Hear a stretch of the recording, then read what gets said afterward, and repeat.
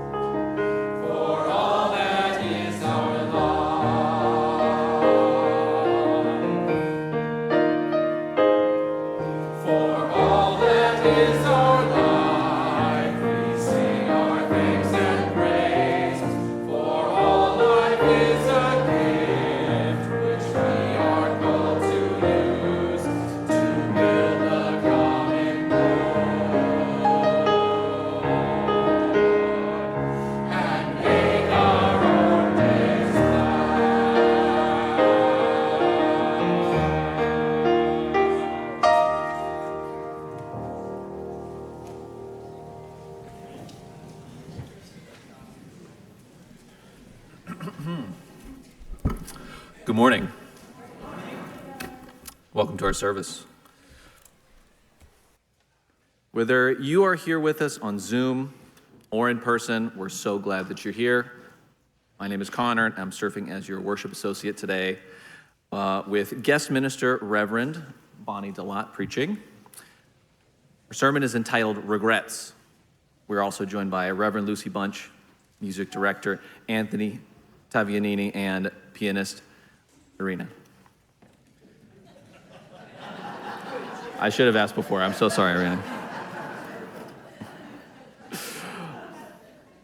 Our monthly newsletter and Friday message about the upcoming weekend come out by email. If you are new to UUSS, please fill out a newcomer's form either by the link in our website or at the welcome table after the service so we can connect with you. If you are with us online, you can find a copy of the order of service on our website or through the link in the chat. The blue sheet, our weekly calendar of activities, is also available online. Here we have a few highlights. Next week, after our service, is our monthly newcomers orientation with a tour of the campus. It starts about 10 minutes after the conclusion of the service, and it lasts about an hour. We have two special events this afternoon. At noon, our former music director, Keith Atwater, will give a presentation on American Inspirations, where music and arts meet. Join him in the Foz room. He is currently music director of the Carmichael Presbyterian Church. Keith was a protege of longtime UUSS member and professor Betty Schmay. Go to Keith's event and then come back at 2 p.m. to enjoy a concert by Anti-Mass Dogs, led by UUSS's own Matt Nelsenador. Is that okay? That's right. Okay, good. You missed the yellow announcement. Yeah, the announcement, yes. Oh my goodness. Is that the mascot? Yes. You can read more about the group in the blue sheet. All Ages Camp is just a few weeks away, and registration is still open. Join us July 31st through August 3rd at Camp Norga in Alta for a weekend of community, connection, and fun in the outdoors. One of the best parts of camp is the chance to build deeper friendships across generations and experience the joy of being together outside of our usual routines.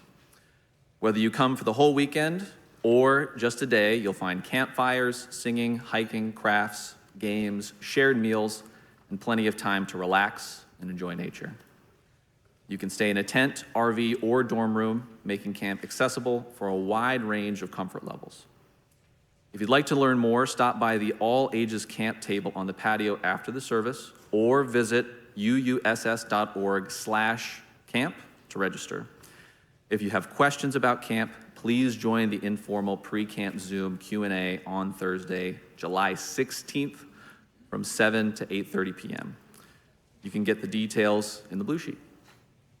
And last but not least, please join us for the family dinner potluck this Friday, July 10th in the Welcome Hall. Everyone is welcome.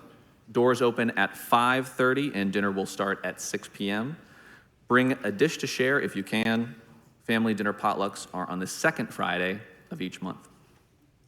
Now, let's take a moment to check our cell phones and alarms to make sure they are silent. Again, welcome. We're glad you're here.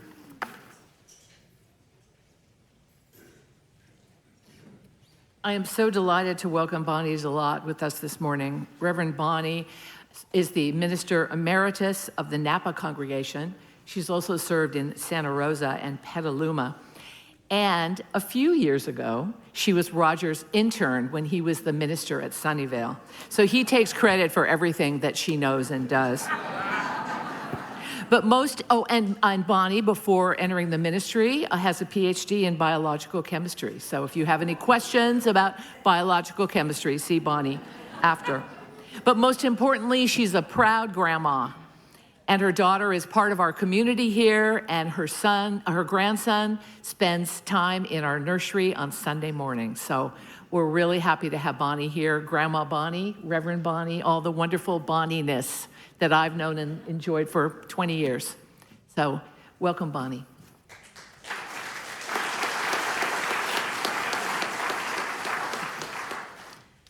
Our chalice lighter this morning is Keith Atwater.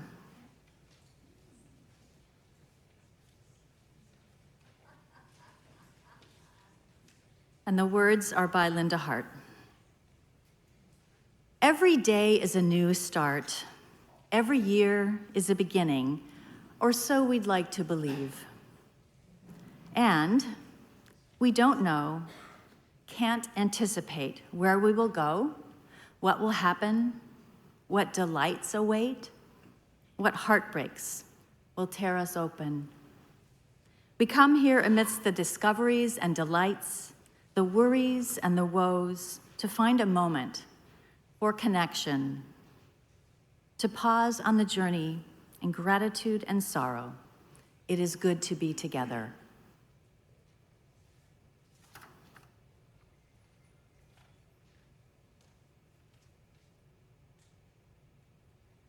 As we listen to our centering music, you're welcome to light a candle and fill out a card if you have a joy or sorrow you would like Reverend Lucy to share with the congregation.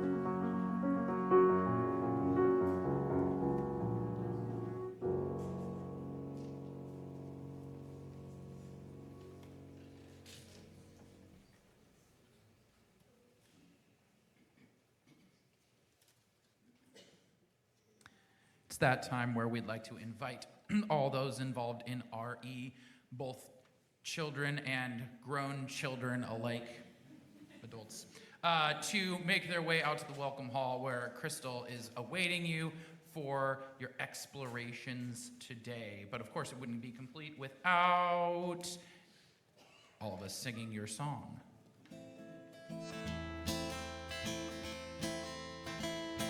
You gotta put one foot in front of the other and lead with love. Put one foot in front of the other and lead with love. You gotta put one foot in front of the other and lead with love. Put one foot in front of the other and lead with love. Don't give up hope.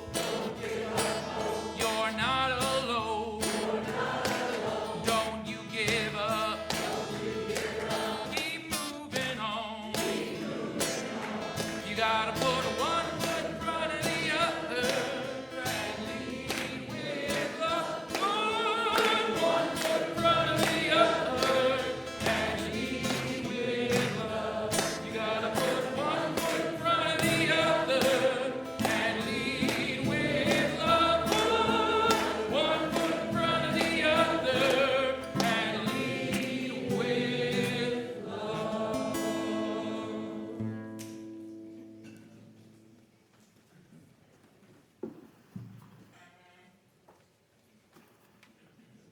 That's always good advice.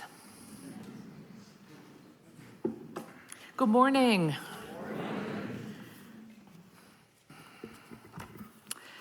We strengthen our community. We weave the fabric of our lives together by sharing our joys and sorrows. And there's a few of them loud on your heart this morning. Terry Ray is sharing that her good neighbor and friend moved from across the street. And although she didn't go far, Terry's sad knowing that she's not a few steps away anymore. Alicia is sharing her excitement about a trip to St. Louis to see her last aunt and cousin, and a reunion. They haven't been together in 20 years. Have a great trip. One among us is sharing that their best friend gave them a safe place to sleep after a bad time. I'm sorry, I can't read the specifics here, but our heart knows what it's like to have a friend be there for you.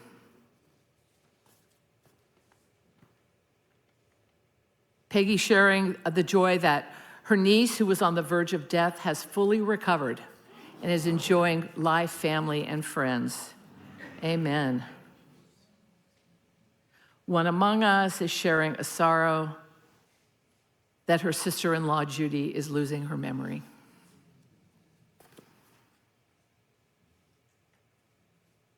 Matt is sharing with us that the U.S. soccer player who got a red card Wednesday has been unsuspended for tomorrow's game. Yeah! I know there are people here who are really happy about that, including Matt. Sarah is sharing the joy at having a wonderful but hot 4th of July with friends and neighbors, but deeply saddened by what's happening in our country. Nadia and Nedra are telling us about their cousin Bonnie, who we heard about last week, had successful surgery to remove her infected kidney stones. So that's great news. Marion is sharing that their oldest brother Jim turned 85 yesterday. They're joyful that he's still on the planet and basically doing well. Maura is sharing a joy of celebrating retirement after 41 years of work. Oh, it's a joy. 41 years of work. Gotta check, people. I gotta get it right here. I'm doing my best. Susan is sharing a joy about the sincere welcome that they receive here. Good job. Catherine is sharing the joy that their birthday's coming on July 28th. Happy birthday in advance. Gina is sharing a joy that her brother Ed has found doctors who listen to him and his health is greatly improved. Yay! Celia is sharing with us about their new dog, Tristy, who's fabulous and only somewhat anxious with the nighttime fireworks. Sue Ann is sharing her excitement about the 3 protest choirs who will be here next Saturday. So it's in the blue sheet. Make sure that you're here to sing along with amazing choirs and do all sorts of fun things tomorrow. Oh, next Saturday, not tomorrow, next Saturday. And Jan, we heard about Jim Chiquitas on hospice last week, and Jan is sharing with us that he's now at peace and pain-free. And we wish him blessings on his journey to whatever comes after this life. And we send our love to you, Jan. Nathan has a sorrow and a concern that we can do good and save our planet, and also wishes that we could all live in peace instead of going to war every day. Amen. Carrie is telling us that her mother celebrated her 94th birthday on Monday, and her mother happens to be Maxine Cornwell. So if you see Maxine, say happy birthday to her. She's right there, by the way, if you want to see her. Happy birthday, Maxine. Thank you. Carl is celebrating his 50-year high school reunion next weekend. Larry is sharing with us about his daughter Jasmine won 2 medals in the Special Olympics. Yay, go Jasmine. Evie is sharing a joy that she did her first t-ball game and it was so much fun. And she likes her dad being her coach. And Rochelle is sharing a joy that they feel so at home in Sacramento and at UUSS. Amen.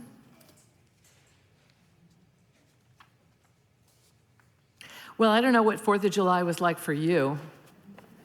250th anniversary of our country, the founding of our country. We didn't have a lot of flags in our neighborhood. What we had was bunting with the stars and stripes on it. And my spouse has this theory that the flag is so conflicted that the bunting can make a patriotic statement without whatever attached associations there are with the flag. But here we are, 250 years of this experiment called the United States of America.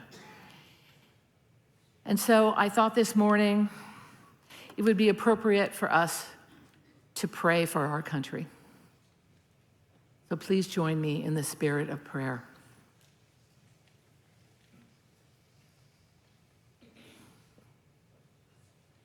Spirit of liberty and justice, we are hurting.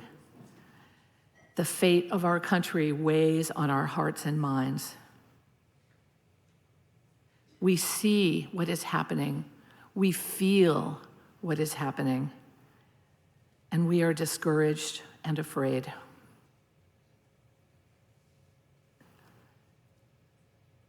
At this time of great celebration of our country, we ask for help to remember the vision of the founders who made great sacrifice to establish our country and free us from tyranny. We accept that they were flawed humans, people of their era, as we are of our own era. We honor their efforts and the results as the groundwork they laid in a new form of government, the United States of America. Help us to hold on to the vision of what is possible in our democracy. Give us the courage to shed our fear and cynicism, to keep our vision on the horizon of what is possible and our feet firmly planted in the reality of the work to be done. Keep us strong, infuse us with spirit as we fight for the spirit of our country, whether it will become an authoritarian government serving the rich and powerful, or truly a United States of all Americans, where everyone can thrive. Great Spirit, remind us that all is not lost. Open our eyes to the energy of change as we see momentum shifting to the will of the people who dream for a different way. At this time of the 250th anniversary of our country, we pray for an infusion of spirit to energize our commitment to the future of a country that we can be proud of. Give us the wisdom and the courage to stay the course. Give us the fortitude to continue the fight for a country that lives up to its motto. And let our hearts be opened to these words of the African-American poet Langston Hughes, who wrote this in 1936. Oh yes, I say it plain, America never was America to me. And yet I swear this oath, America will be. Out of the rack and ruin of our gangster death, the rape and rot of graft and stealth and lies, we, the people, must redeem the land, the mines, the planets, the rivers, the mountains, and the endless plain. All the stretch of these great green states, and make America, America again. Amen. Let us take a moment now to reflect on the prayers in our own hearts.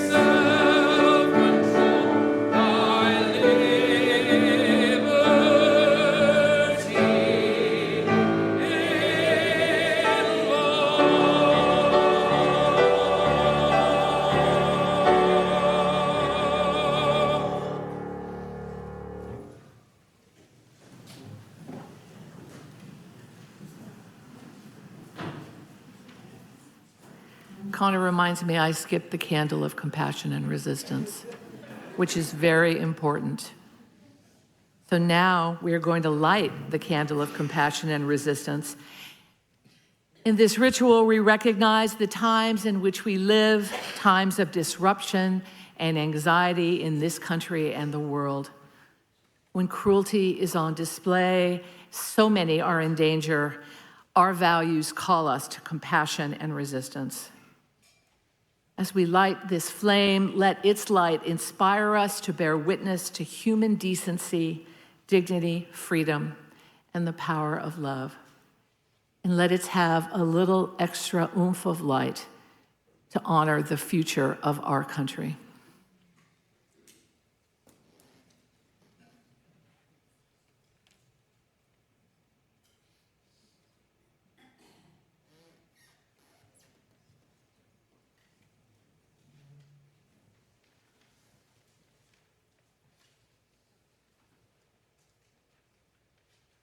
I wish I were like the trees who let their leaves go gracefully without regret, or the tumbling stream that flushes silt to the sea, exchanging murkiness for blessed clarity, or the dandelion who bows its head to the subtle breeze, unleashing its future without fear or loss. Instead, I drive white-knuckled, defensive, as we were taught, tense and guarded for what may come my way. I keep a death grip on my life. If you asked me for my dying wish, it would not be for 10 more wishes. It would be to let go of wishing anymore. Wishing I'd made different choices, or that I hadn't hurt you as I did. And to forego those old and dusty grudges that I keep like pictures in a shoebox beside my bed. I long to embrace my life with a lover's touch, as you would an injured wren, precious, tender, true. Instead, regret and fear, twin anchors hold me fast, close in against the shore. Cast off, I hear them call from the open exotic lands my heart yearns for. But the waters in between my here and theirs hold unknown hazards, unlike this dark, familiar port. This day, a prayer to ease my grip on what once was, or what is meant to be, that I may find myself content to drift and float upon life's boundless sea. For our gift of music this morning, I chose a song written by Kate Wolf in 1980 called Across the Great Divide. The imagery in the song, I found out, was inspired by a walk she took with a friend in the Oakland Hills, which are very steep, drop off on one side and the other. And I find the song very comforting in times when I feel nostalgic about things and people who are gone. And please do hold your applause at the end of the piece so we can just let the music settle into our bodies.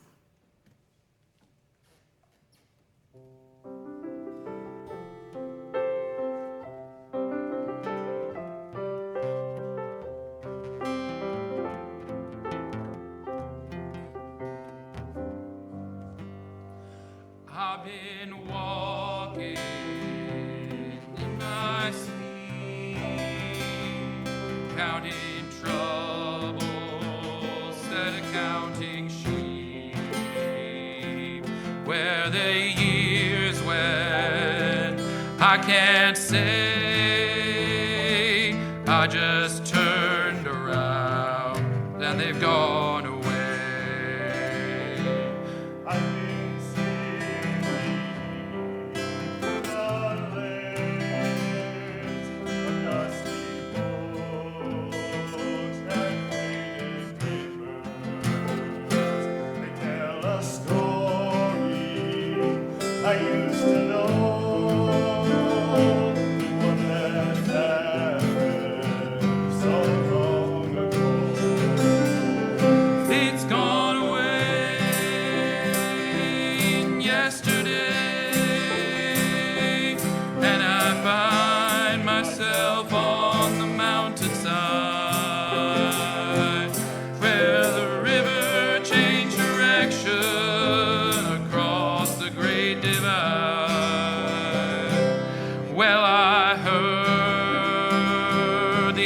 owl calling softly as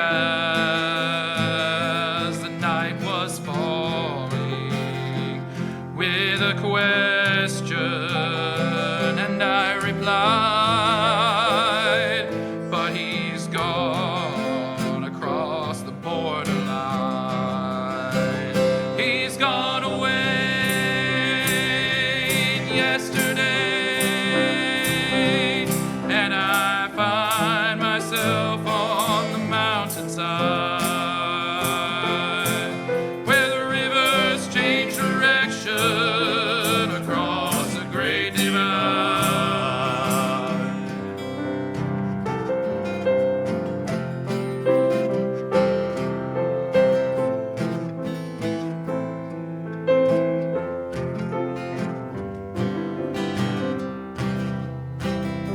The finest star that I have seen is the one that comes between the edge of night and the break of day, when the darkness rolls away. He's gone away yesterday, and I find myself on the mountainside where the rivers change direction across the great divide. It's gone away yesterday, and I find myself on the mountainside where the rivers change direction across the great divide.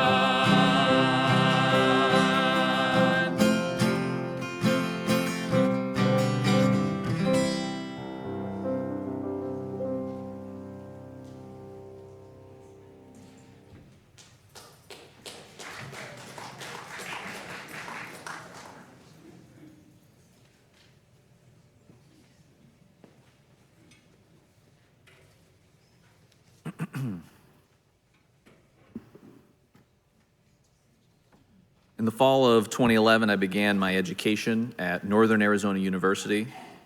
I'd been accepted into the honors program, complete with exclusive dorms, honors-only coursework, and was pursuing a double major in English and psychology. By the winter of 2014, 3 years later, I'd been removed from the honors college due to a GPA on life support. I had failed so many classes that I had to demote one of my majors to a minor, and I was on the verge of dropping out of my college in the final semester. So, what went wrong? I wish I could tell you I had been busy developing a business idea for a billion-dollar company, or writing the next great American novel, or even just overzealously socializing. But no, I was skipping classes and failing assignments because I was shut in my room, playing video games and surfing the internet. This scholastic failure to launch became one of the greatest regrets of my life. At a time when my peers were excelling in their first foray into true adulthood, I was revealing just how little drive and self-control and ambition that I could muster when completely independent. During a fateful December conversation, I informed my father of my plans to drop out, return home, and figure things out for a while. With patience and with love, my dad counseled me to speak with my professors on my failed classes to see if there was some way that I could still graduate. I did, and luckily there was. I would graduate with the bare minimum credits required after completing makeup assignments in the summer. Still, after, I couldn't shake the shame I developed over the course of 4 years of setbacks, self-loathing, redemption, and regression. Very few people knew the whole story of my university years outside of my wife, my father, and several therapists. A few weeks ago, while visiting family outside Detroit, my aunt asked me about my college years. One of her grandchildren was struggling with school, and she sought my perspective. It had been 11 years since I had graduated, and ages since I had discussed the SOG with anyone, so I surprised myself with how honestly and casually I divulged just how much I had struggled during that time. The shame was just gone. Upon reflection, I realized that the story I had told myself about that shame, the story that I was a person who would fail when the going got tough, that I had no discipline or self-control, that I had ossified into something so much less than the person that I wanted to be, that story was a lie. I had a family, I had a home, and I had a life even better than I had known was possible during those troubled times. I had long ago grown beyond those self-imposed limitations, and I will continue to grow.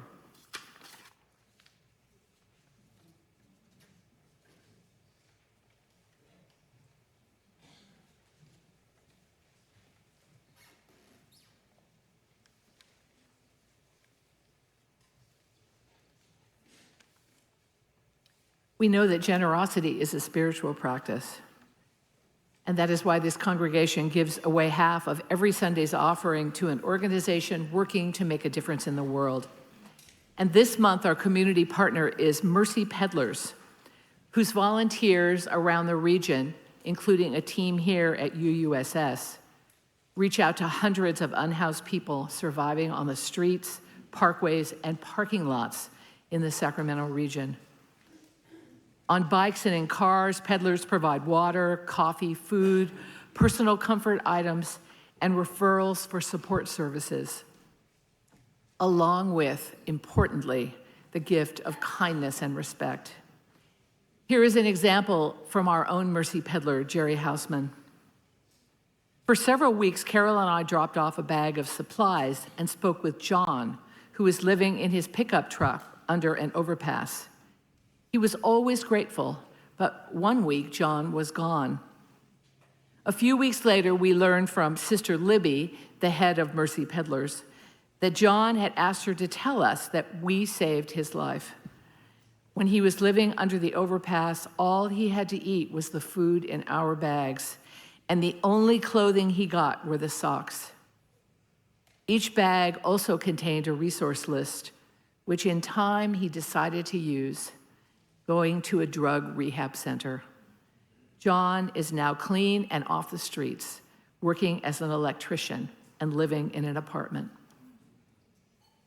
You can meet Jerry or any of our other UUS Mercy Peddlers to learn more any Sunday at the front door of the Welcome Hall. With thanks for your generosity to UUSS and our community partner, this morning's offering will be given and received.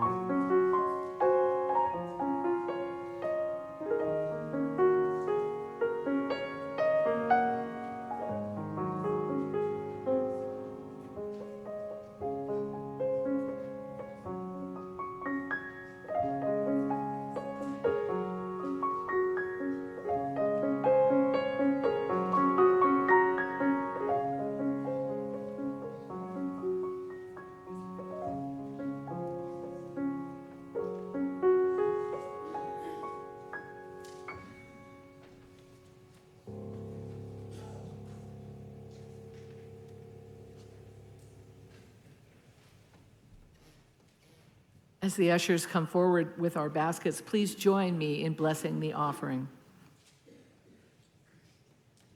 May generosity bless our world, and may gratitude nourish our spirits.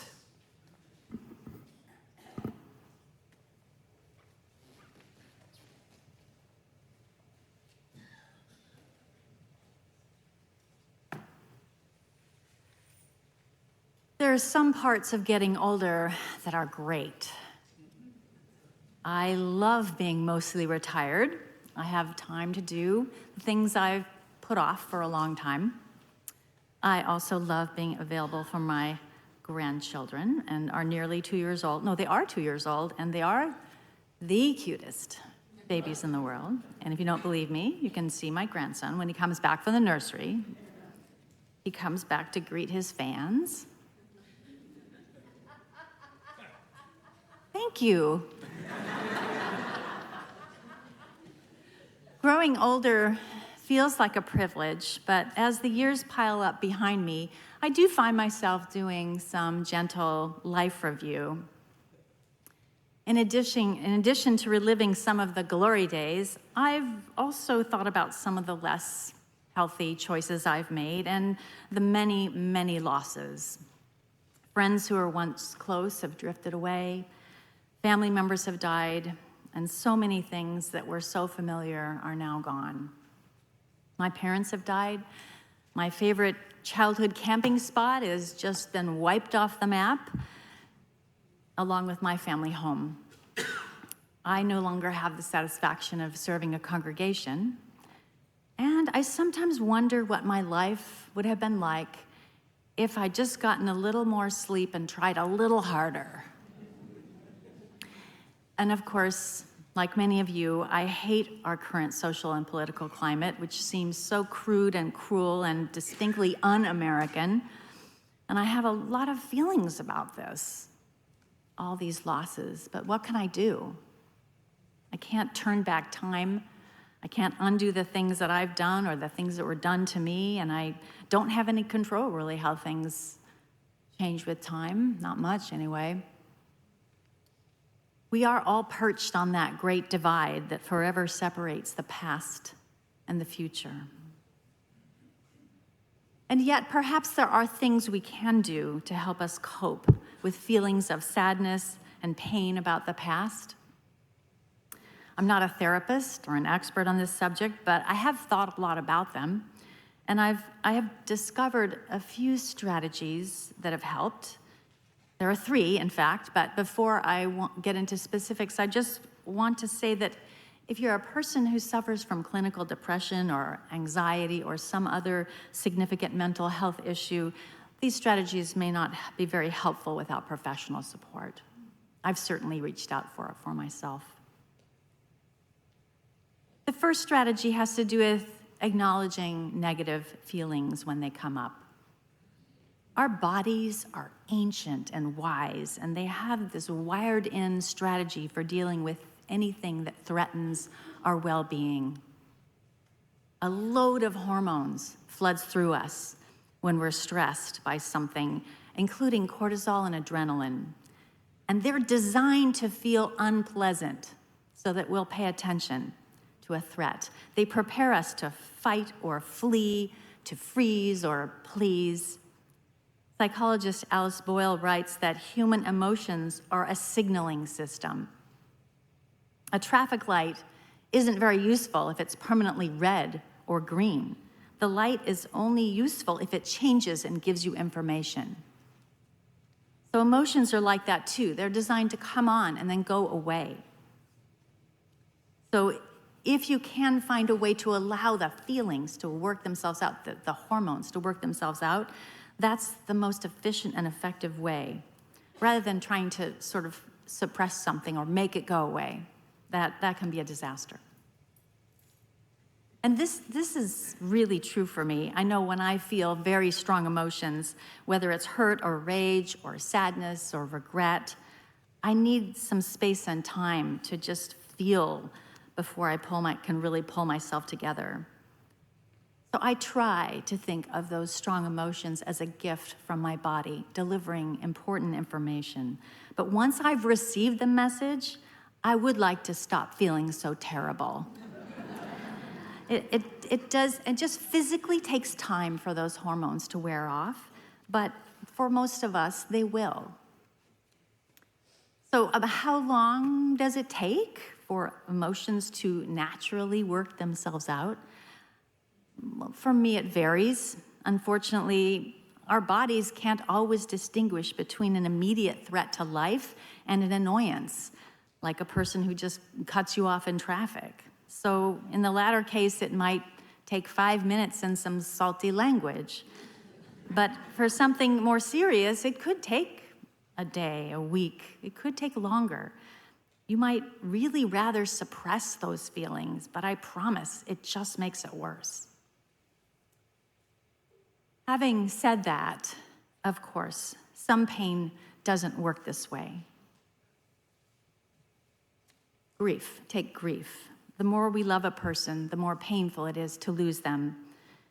Everyone grieves differently, but I've found that even so, it's still helpful to give expression to my grief whenever I feel it coming up. And in time, I find it does hurt less. It doesn't go away, but for many of us, it can become more manageable. So it's easy for me to stand up here and say, just express your feelings. But it might not be that simple. There are lots of reasons why we'd rather not feel our feelings or even admit to having them. I certainly don't enjoy strong emotions. They make me feel out of control, which I absolutely hate, and they can be incredibly painful. In addition, they can be very frightening if we've been taught that they are shameful or caused by some sort of weakness or moral failure. Other people who would rather not feel uncomfortable around us will say things like, it'll be okay, everything happens for a reason, or stop catastrophizing, that's my favorite, or get over it, you just got over it. But in the end, I found that it's really most effective just to let those feelings all out. Finding a safe person to talk to, or, I'm a crier, and I remember my mother once seeing her get really mad. She took a dish and she just went smash. She smashed it, and I was like, damn, that's pretty good. I never thought she had it in her. So if I can't convince you that the expression of negative emotions is a healthy and normal and even courageous thing to do, there's a more practical angle, again, which is that it is the fastest way to get rid of them. So if talking about feelings doesn't work for you, there is another way that I've found, sort of by accident, and that is through the arts. I love poetry and dance and music, and I find that as I'm experiencing or participating in those art forms, I can sometimes access and express strong feelings that my rational brain doesn't want to. Just now we were singing America the Beautiful. How many of you felt like crying? I did, yeah, because it's the music. It helps us. It helps to come up, so I want to encourage that. If you're an artist, you know exactly what I'm talking about. If a painting or a dance just touches you deeply, you may have tapped into a feeling that was just the only way you could get to it, was that way. So lean into that. Spending time in nature is another effective way for me to diffuse difficult feelings. When I'm hiking in a beautiful place, I sometimes get very emotional or receive impactful insights. Beauty, whether it comes from the arts or from nature, somehow mysteriously helps me to tap into those things I can't articulate. After the strongest of my emotions have played out, I may feel ready to go to the second coping step, which is to focus on compassion. When I experience regret about the past, I have yet again to acknowledge that I'm only human. As a recovering perfectionist, I hate that. Once again, I remind myself that I am only human, like everyone else, and according to my faith, that means that I deserve compassion just like everyone else does. Accepting imperfection in ourselves and others, perhaps even anticipating it, is not just a practical coping strategy, it is an essential part of living a healthy, meaningful, connected life. So this is a great thing to think about if you find yourself reflecting back. Not all sadness about the past is evidence of a mistake. Near the end of our lives, we may look back and realize that we were influenced by others in ways that might not have been in our own best interest. As young children, we pick up strategies and habits that help us to survive in our family environment. And if we're lucky, the people who raised us were kind and loving and modeled healthy boundaries. But as I've said, we're all imperfect, including our parents, and that means we carry some baggage from back then. We may get a handle on it by just learning to recognize it when it comes up. But in my experience, even if you can do that, it doesn't really go away. To this day, I struggle with a core belief that I'm not really lovable, despite a lot of evidence to the contrary. And I think that this belief, when I look back, resulted from my beloved mother's mental health issues, which were not her fault. This was a time when you just didn't go there. And the casual cruelty of my siblings and classmates, which I kind of think is their fault. But so I still have some work to do with compassion, I'll just say. And it's easy to look back and say, why did I put up with that? Why did I just accept this kind of behavior? Why did I buy into something that was clearly not true? And why is it still getting in my way all these years later? For better or for worse, again, the wiring. We're wired up to soak up the beliefs and values that our caregivers give us, and those of our larger tribe, including the faith community we were raised in. Our brains don't really make great informed decisions as children. They're preoccupied with getting our immediate needs met. You know that if you have a toddler. We don't fully mature till our mid-20s, and even then, we can lack the life experience that is needed to make the best choices for ourselves. Of course we lack it. I hope as you look back on your life, you'll consider this and be extra compassionate with yourself. Sometimes it can help to use a picture of yourself as a child and to sit with that picture and offer that child some words, some compassionate words. You know, it wasn't your fault. You did the best you could. You didn't know any better. You deserve to be cherished and loved then and now. This experience was quite powerful for me when I did it in my 40s, and since then, I've held on to that child. I've held on to her. I protected her and loved her fiercely. It's hard to be a growing human, isn't it? The third and final strategy is to look for a different perspective regarding the past.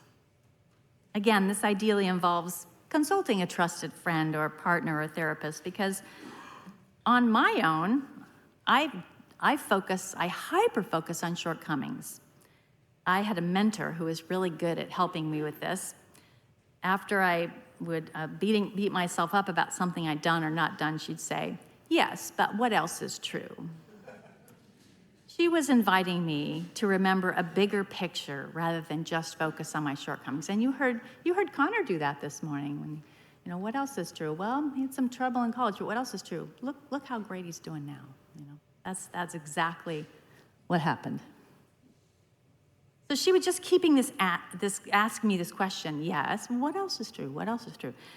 And it helped me to interrupt the brooding that I'm prone to. It's true that I screwed up and said something really hurtful, but what else is true? I apologized. What else is true? I made amends. What else is true? In general, I am an excellent friend, kind and helpful. When facing a mistake, failure, or sadness, keep asking yourself, but what else is true? And keep asking. Another way to shift your perspective is to try to focus on what those painful emotions are indicating about your values. Imagine if I've hurt a friend and I didn't feel badly at all. That would indicate that I was cruel and uncaring, which I know is not true. It's appropriate to feel horrible when you hurt someone, but that doesn't mean you are horrible. It's just the opposite. Regret about that proves that you're a caring, compassionate human being, capable of empathy and the desire to do better. The last perspective shift I want to offer involves acknowledging the gift of love that is reflected about grief, about the past. To miss something is to have had it once. I miss so many things.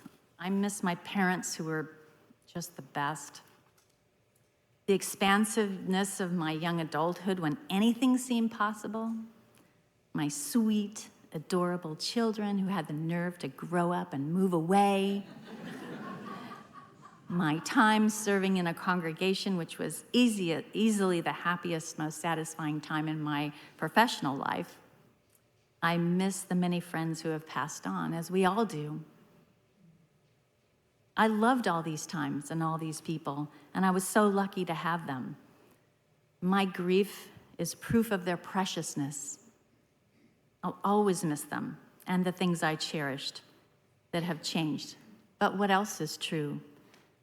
I will treasure those memories forever. What else is true? I now have grandchildren. What else is true? We have no idea what will happen in the time that we have left. And there's going to be a midterm election this year.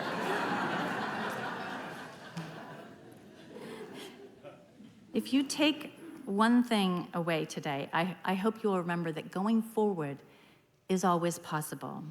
We can express our feelings, we can embrace compassion, and we can seek out a new perspective. It's hard not to feel sad about the past, but nothing can be done about it except to make peace with it. This doesn't mean forgetting, but maybe we can just let it be.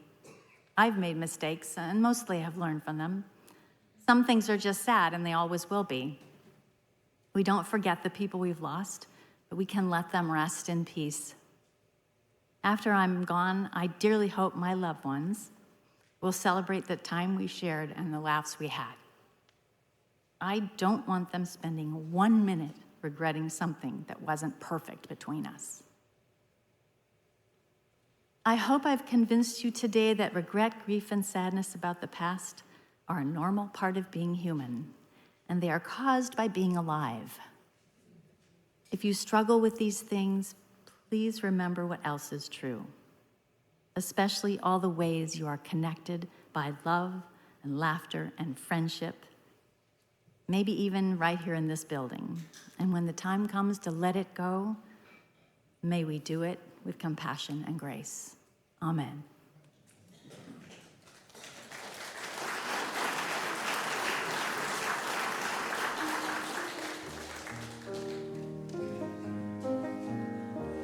Feeling moved by the Spirit, let's sing our way through river in our soul.